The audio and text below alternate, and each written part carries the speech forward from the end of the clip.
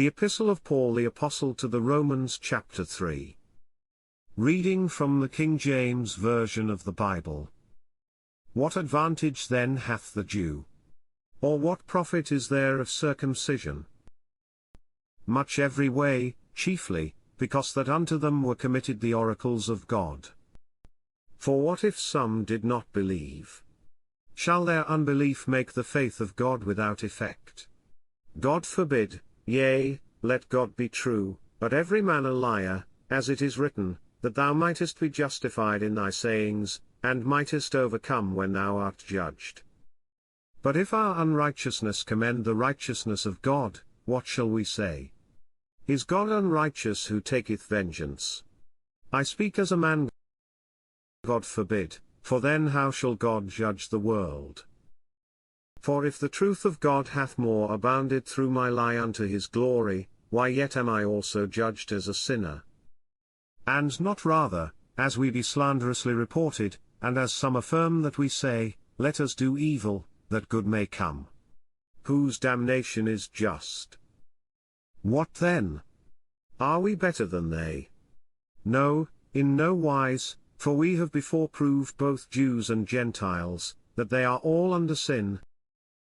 As it is written, there is none righteous, no, not one. There is none that understandeth, there is none that seeketh after God. They are all gone out of the way, they are together become unprofitable, there is none that doeth good, no, not one.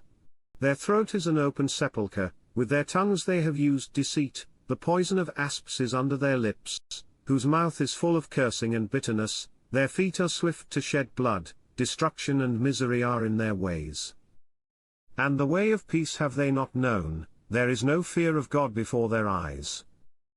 Now we know that what things soever the law saith, it saith to them who are under the law, that every mouth may be stopped, and all the world may become guilty before God. Therefore by the deeds of the law there shall no flesh be justified in his sight, for by the law is the knowledge of sin. But now the righteousness of God without the law is manifested, being witnessed by the law and the prophets, even the righteousness of God which is by faith of Jesus Christ unto all and upon all them that believe, for there is no difference, for all have sinned, and come short of the glory of God. Being justified freely by his grace through the redemption that is in Christ Jesus, whom God hath set forth to be a propitiation through faith in his blood, to declare his righteousness for the remission of sins that are past, through the forbearance of God. To declare, I say, at this time his righteousness, that he might be just, and the justifier of him which believeth in Jesus. Where is boasting then? It is excluded. By what law? Of works? Nay, but by the law of faith. Therefore we conclude that a man is justified by faith without the deeds of the law. Is he the God of the Jews only? Is he not also of the Gentiles? Yes, of the Gentiles also.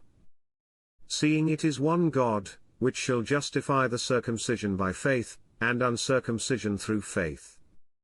Do we then make void the law through faith? God forbid, yea, we establish the law. This concludes the Epistle of Paul the Apostle to the Romans chapter 3. God bless you with love and abundance.